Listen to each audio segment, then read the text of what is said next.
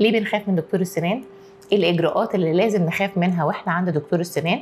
هل القلق ده ممكن يكون مضر علينا، او الخوف ده ممكن يكون مضر علينا ولا لا؟ هل لو ما خفناش عند دكتور السنان الموضوع هيبقى اسهل ولا لا؟ هل ممكن يجيلي اي اعراض في اسناني او يجيلي وجع في اسناني من غير ما اسناني تكون مسوسه نتيجه بس ان انا عندي فوبيا من الدكاتره؟ واخر سؤال كان هل في اي اعراض تانية ممكن اتعرض ليها واضطر اروح للدكتور نتيجه العامل النفسي او للخوف او للقلق؟ هو ده اللي هنبدا نجاوبه في الفيديو بتاع النهارده.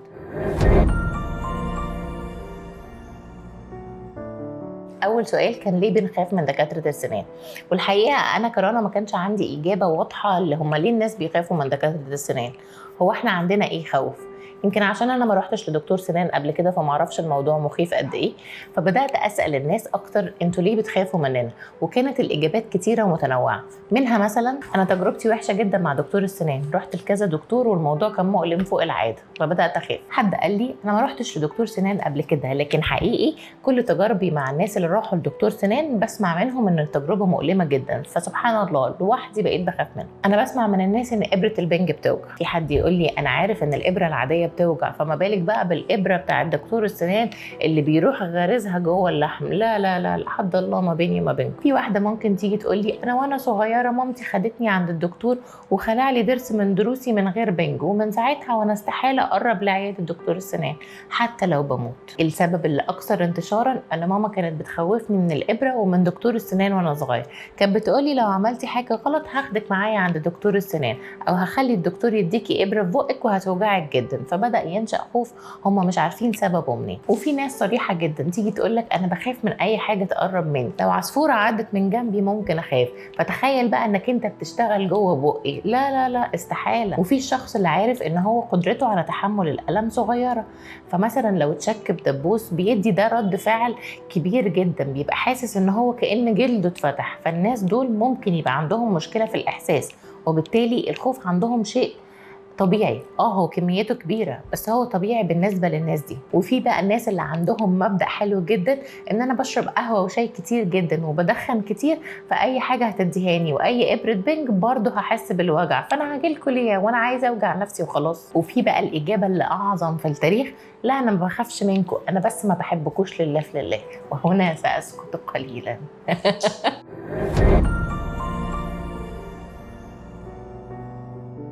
ولحد هنا مفيش اي مشكله من كل الكلام اللي اتقال ده. كل الحاجات اللي عدت دي بسهوله جدا نقدر نتعامل معاها.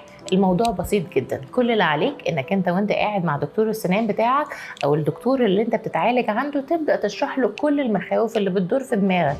ابسط حاجه ممكن تساعدك على انك تتخلص من الخوف هي انك تعبر عنه، انك تطلعه من جواك. لما تتكلم مع الدكتور عن كل الحاجات اللي بتثير جواك احساس الخوف ده، هيبدأ هو بشكل او باخر يمتص الخوف ده منك، سواء بان هو يشرح لك الاجراءات اللي هتحصل، سواء بان هو يعرفك ان الفكرة اللي في دماغك دي ممكن تكون غلط وسببها ايه وايه الصح بتاعها.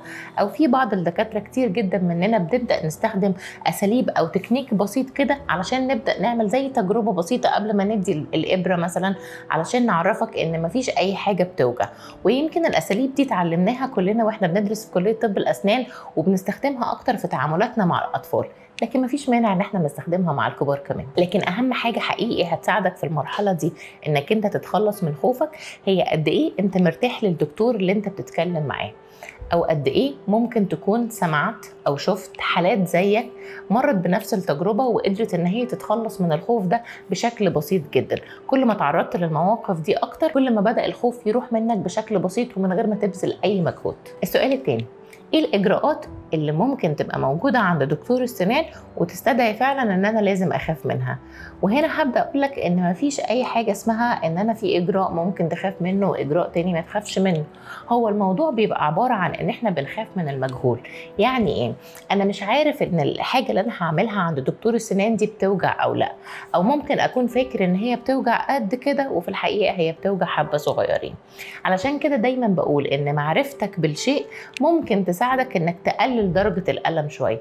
مثل بسيط جدا وبيحصل كل يوم وفي كل لحظه، الام اللي رايحه تولد، وخاصة اللي بيولدوا قيصري، وخاصة اللي بتولد لتاني مرة، فهي جربت أول مرة الولادة القيصرية، عارفة إن الدكتور هيفتح بطنها وهتقوم من بعد الولاده عندها 7 طبقات متخيطين، مش قادره تتحرك، مش قادره تكح، مش قادره تلف، مش قادره تمسك النونو، ومع ذلك بتروح تولد بمزاجها.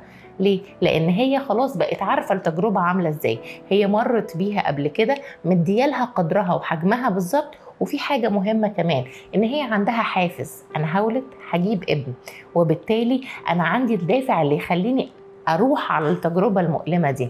وهنا برضو نقدر نستخدم في عيادات الأسنان الطريقة دي. أنا بقدر أوريك صور قبل وبعد، وبالتالي إنك أنت تبقى شايف إيه ده، أنا أسناني هتبقى كده بعد ما أخلص، أنا عايز الشكل ده، وفي مقابل الشكل ده ممكن أستحمل كمية ألم شوية. ده لو كان ممكن يبقى فيه شوية ألم الدكتور هيشرحهم لك، لكن أنا هتحمل الشوية دول في مقابل النتيجة اللي أنا هحصل عليها في الآخر. ودي طريقة بتنفع تقريبا مع 99% من الناس. علشان كده أنا دايما بقول ما تخافش من المسميات اللي ممكن تسمعها عند دكتور السنان. يعني مثلا لما الدكتور يجي يقول لك أنا هفتح من فوق الجذور علشان أصفي الخراج وبعدين أخيط، أو هفتح علشان أزرع عظم، أو هفتح علشان أطلع ضرس مدفون، أو هنبدأ نعمل زراعة ونحط حواليها عظم ونخيط مش عارفة إيه، كل الحاجات دي مسميات على الفاضي، عاملة بالظبط زي الراجل العصبي، يطلع يطلع يطلع يطلع وفي الآخر ينزل على ما فيش. وغالبا كده المسميات الكبيرة قوي الغليظة في طب الأسنان هي عبارة عن مسميات ذكورية، لأن احنا كستات ما بنتنرفزش ولا بننزل على ما فيش.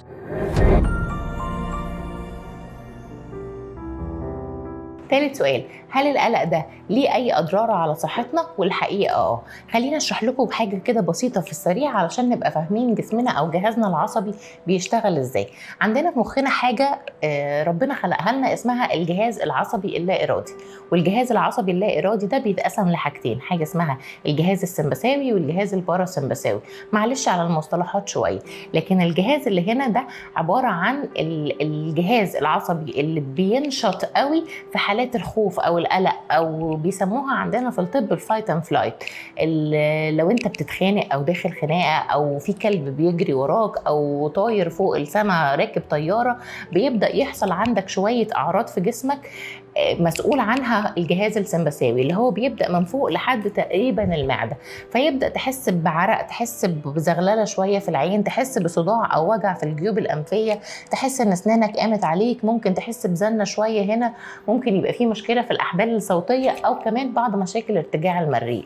لو الجهاز اللي في الناحيه دي بدا يشتغل ممكن يديك الاعراض دي. في حين ان في الجهاز الباراسمبثاوي هو بيسموه عندنا في الطب الريست اند دايجست، هو الجهاز اللي بيشتغل في وقت الراحه او وقت الهضم، فهو مسؤول من اول المعده لحد الجزء اللي تحت.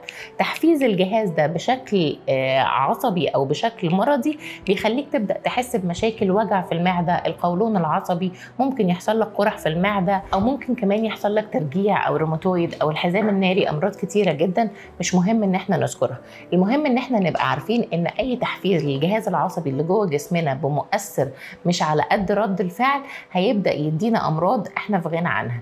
زي ابسط مثال القولون العصبي، الشخص اللي بيتعصب وفجاه يلاقي جنبه قام عليه او بطنه قامت عليه ويقول لك سيبني الله يخليك في حالي لان انا عندي قولون عصبي. حد تاني يبقى متضايق فيقول لك انا لقيت سناني كلها قامت عليا لمجرد ان انا زعلت شويه. حد تاني الكلى بتقوم عليه.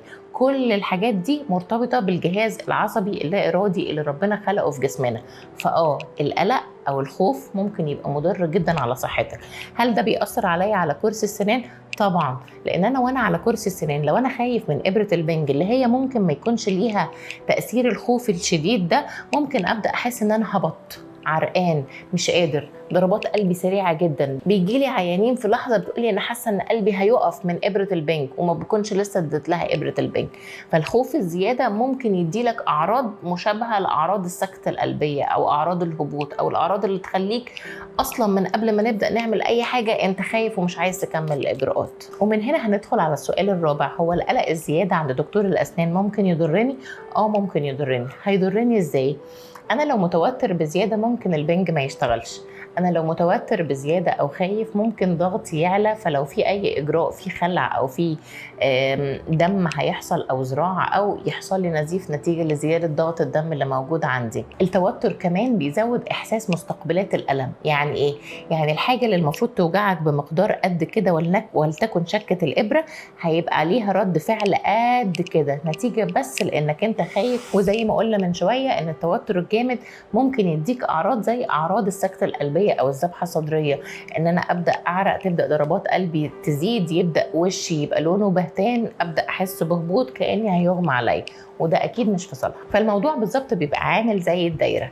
وجع السنان بيسبب خوف، وبالتالي الخوف ده لو زاد عن حده هيبدأ يخلي السنان توجعك بشكل أكتر أو يبقى فيه مشاكل أكتر، ومن هنا يبدأ يحصل لي خوف تاني، فالخوف يأثر على نسبة الألم بشكل كبير، فهفضل ألف في الدايرة المقفولة دي مش هعرف أطلع منها. فلازم نكسر دايرة الألم أو دايرة الخوف علشان أعرف أتخلص منها وتتم الإجراءات بشكل بسيط.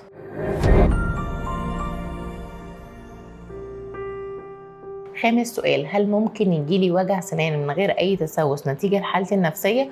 طبعا اوقات كتيره جدا بيجيلي عيانين وكان بتبقى شكوتهم الاولى ان انا اسناني كلها قايمه عليا، ان انا فجاه امبارح لقيت في اكلان جامد في اسناني، او لقيت في وجع رهيب في اسناني مسمع لصداع فوق، انا حاسس ان ضروسي كلها عايزه اخلعها، انا حاسس ان انا اسناني كلها اتدمرت فجاه ومش عارف من ايه.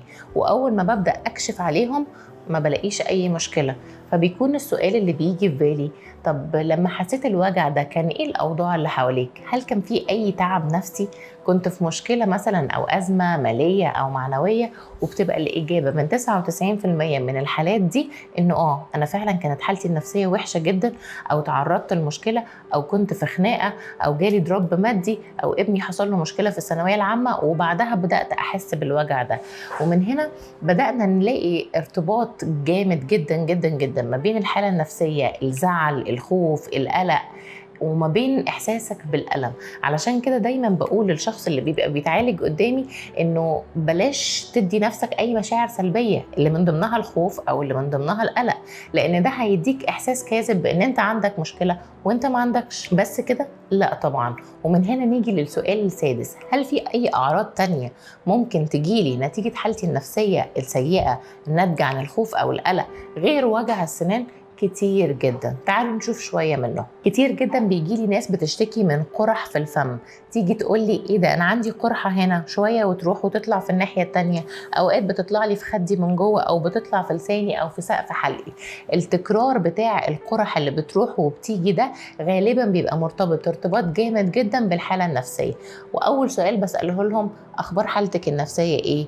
فتقولي فعلا انا عندي شويه مشاكل في الشغل، فعلا عندي شويه مشاكل في البيت، الولاد مطلعين روحي، لما ماما بتيجي او لما حماتي بتزورني بتبدا الحبوب دي او القرح دي تطلع في بقي. فقرح الفم من اكتر الشكاوي اللي بتجيلنا بعد وجع السنان اللي مرتبطه بالحاله النفسيه. وجع الفك، ودي تالت شكوى، ودي في صميم تخصصي انا بالذات.